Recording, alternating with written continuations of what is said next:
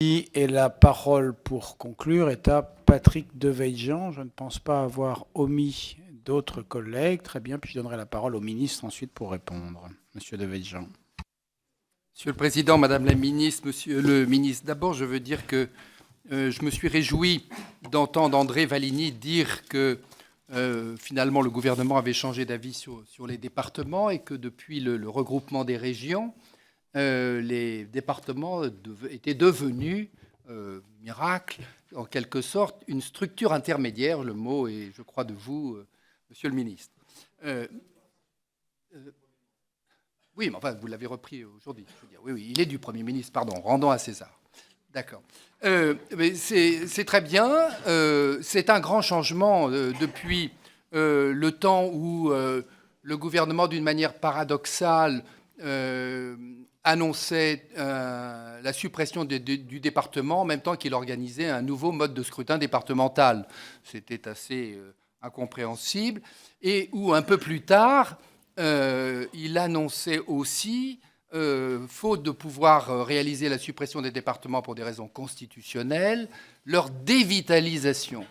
Et cette dévitalisation, là le mot est vraiment de vous, alors Monsieur le Ministre, la dévitalisation, et non pas du Premier ministre.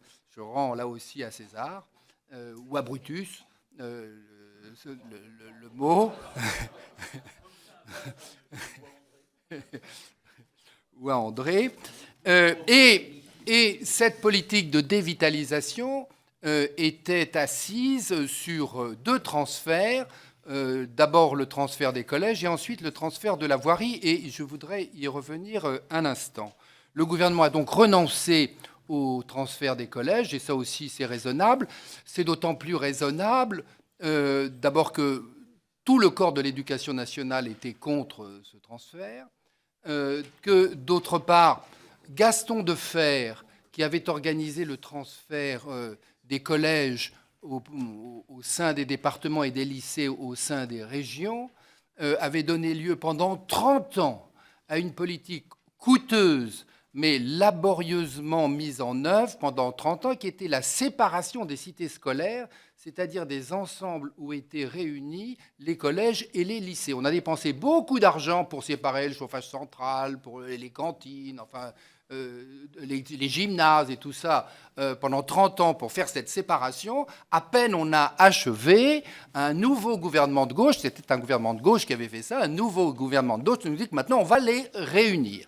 Donc, faire et défaire, c'est toujours du travail. Effectivement, c'est un moyen de créer de l'emploi, peut-être, mais enfin, c'est un moyen assez subalterne. Et alors, bon que le gouvernement a renoncé, bienvenue à raison. Pour la voirie, c'est un peu la même chose. Malgré le vote contraire du Sénat, je comprends que le gouvernement n'a pas renoncé à transférer la voirie à la région. Alors, je voudrais dire que là aussi, ça n'est pas du tout raisonnable. D'abord, ces régions qui ont doublé de taille maintenant vont avoir à gérer des milliers de kilomètres de routes avec, en fait, une absence complète d'expérience dans ce domaine. Et moi, je me souviens d'avoir conduit l'acte 2 de la décentralisation, et erreur d'autrui n'instruit pas, nous avions aussi fait cette erreur de vouloir transférer les routes nationales aux régions. Et nous avions, dans notre projet initial, nous avions prévu, dans le projet de loi, c'était écrit, nous avions prévu de transférer les routes nationales aux régions. Et nous avons essuyé un tollé de la part de toutes les régions qui nous ont dit « mais c'est aberrant ce que vous faites, les départements font de la route depuis 200 ans, ils connaissent le maillage du territoire avec beaucoup de finesse. La France est un pays qui a un des meilleurs réseaux routiers du monde, et en particulier le réseau secondaire. Elle le doit aux départements qui, depuis 200 ans, ont toujours su l'entretenir et le développer. Nous ne savons pas faire ça, nous n'avons aucune expérience dans ce domaine, et vous voulez nous transférer les routes nationales. Là, vous faites mieux, vous voulez leur transférer les routes départementales, c'est-à-dire beaucoup plus. Or, je veux vous dire, Prenant l'expérience de mon département, nous sommes ralliés à ce point de vue, nous avons transféré les routes nationales au département. Et prenant l'expérience de mon département à la suite de ça, j'ai constaté que pour absorber les routes nationales de mon département, qui n'est pas très grand géographiquement, qui n'est pas très étendu, malgré tout, pour absorber la DDE, alors que nous avions un bon service voirie, expérimenté, etc., nous avons mis 5 ans. 5 ans pour être opérationnel, pour pouvoir le faire. Donc là, vos régions qui sont en pleine recomposition par le regroupement, et qui n'ont aucun service, vont devoir d'un seul coup réinventer tout ce que, avec le temps, les départements ont construit. Vous allez avoir une rupture. Ils vont y arriver, naturellement, mais ils vont mettre beaucoup de temps pour y arriver. Et en attendant, vous n'aurez pas d'investissement, vous n'aurez pas d'entretien, et vous aurez évidemment une faille dans le temps sur le plan de l'investissement et sur le plan de la durabilité des équipements qui sera certainement très coûteuse et très pernicieuse en termes d'équipement du pays. À cela s'ajoute encore autre chose. En Île-de-France, la région Île-de-France, qui a pourtant une compétence routière sur les grands équipements, par exemple la A86, dans le champ de compétences de la région Île-de-France. Là, depuis 2006, la région Île-de-France n'a pas fait 1 mètre de voirie. 1 mètre de voirie, elle ne l'a pas fait. Ni financé. Elle n'a pas les services pour les réaliser, mais elle peut les financer, elle peut les subventionner, et elle peut les financer, y compris en finançant l'État qui réalise les autoroutes. Eh bien, depuis 2006, elle n'a rien fait. Et elle ne veut rien faire parce que sa majorité composite, avec Molac, je ne désignerai personne, je ne suis pas lanceur d'alerte, donc je ne désignerai personne, mais sa majorité composite ne lui permet pas, effectivement, de prendre ses décisions. Donc, enfin, évidemment, ça ne sera peut-être pas la même majorité la prochaine fois, mais c'est quand même un aléa. Non, mais je ne dis rien, j'en sais rien. Mais ce que je dis, ce serait paradoxal tout de même, avec d'une part le handicap technique pour mettre le réseau routier à jour, d'avoir en plus des problèmes politiques, peut-être pas dans la même région, mais dans d'autres, avec des majorités composites qui se mettront d'accord pour ne pas faire de voirie, alors que les départements le font sans coup férir. Alors, je voulais dire ça pour dire que la dévitalisation, finalement, j'avais compris, Monsieur Vallini, que ça n'était pas constitutionnel et que la jurisprudence du Conseil constitutionnel considérait qu'il faut, pour supprimer les départements, respecter la majorité qualifiée prévue par la Constitution, et que ce qu'on ne pouvait pas faire en bloc, on ne pouvait pas non plus le faire en détail. Surtout quand on a eu l'imprudence de l'annoncer, le projet devenant à ce moment-là extrêmement clair, et donc n'étant plus qu'un moyen de contourner la Constitution. Et donc je pense que le gouvernement serait bienvenu d'accepter ce qui a été décidé au Sénat et de laisser la voirie au département, qui, je crois, s'en acquitte à la satisfaction générale. À cela, je voudrais poser une question sur les schémas prescriptifs. Je me demande s'ils sont bien constitutionnels, puisque, comme vous le savez, la Constitution ne permet pas à une collectivité locale d'exercer la tutelle sur une autre. Et donc, je me demande s'il n'y a pas là une vraie difficulté. Je voudrais aussi faire 2 observations d'ordre général, une sur la MGP, mais une sur le millefeuille. Je suis un peu lassé d'entendre des choses récurrentes sur le fameux millefeuille territorial. Moi, je crois que si millefeuille il y a, ce millefeuille, il est administratif, ce qui n'est pas tout à fait la même chose. Et je prends un exemple. Par exemple, en ce qui concerne le millefeuille, les agences d'État qui prolifèrent, vous avez encore créé 2 le gouvernement a encore créé 2 nouvelles agences d'État dans les 6 derniers mois. Les agences d'État qui prolifèrent et qui ont été dénoncées par l'Inspection générale des finances par un rapport de 2010 que je tiens à votre disposition, comme génératrices d'un très grand gaspillage et d'un très grand doublonnage, si je peux employer ce néologisme,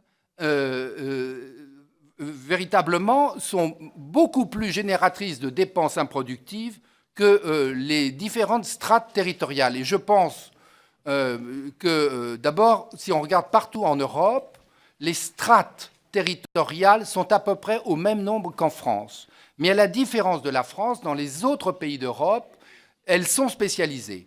Et le gouvernement a eu la bonne idée, enfin, après avoir d'ailleurs fait le contraire dès son arrivée, il a eu la bonne idée de se rallier au principe de la compétence spéciale pour les différentes strates territoriales. Et ça, je crois que ça sera générateur d'économies. Faites donc l'expérience de ça avant de vouloir supprimer le tout. Mais si vous voulez supprimer les strates, j'ai entendu tout à l'heure M. Vallini dire que le département avait la compétence essentielle du social. Je partage ce point de vue, naturellement. Je reconnais bien les propos d'un ancien président de conseil général. Mais si vous voulez effectivement être cohérent avec ce choix et en même temps avec votre affirmation de vouloir mettre fin au millefeuille ou simplifier le millefeuille, alors expliquez-moi pourquoi il n'y a aucune réflexion sur les caisses d'allocation familiale, qui sont également une structure départementale, qui co-gèrent avec le département, par exemple, le RSA, qui doublonnent complètement l'action sociale des départements dans le domaine des crèches et bien des domaines, et qui gèrent la bagatelle de près de 75 milliards.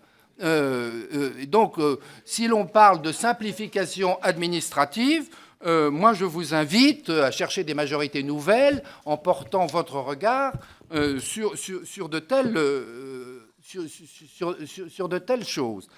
Alors, on a parlé aussi des évolutions futures. À propos j'ai entendu M. Molac parler de la concurrence chez lui, dans sa région, entre le département et les EPCI. Si on parle des évolutions futures, et finalement, je pense que ça devrait guider la réflexion, les évolutions futures, on les devine à travers le temps.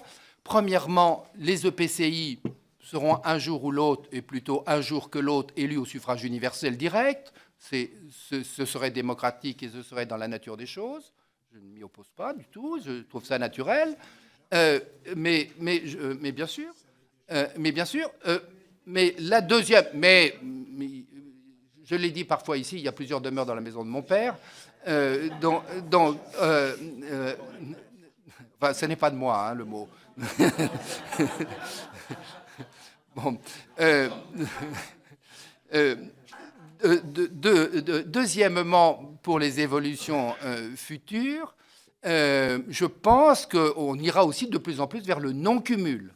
Alors je m'explique, pour M. Molac, le non-cumul entre les maires et les exécutifs des EPCI.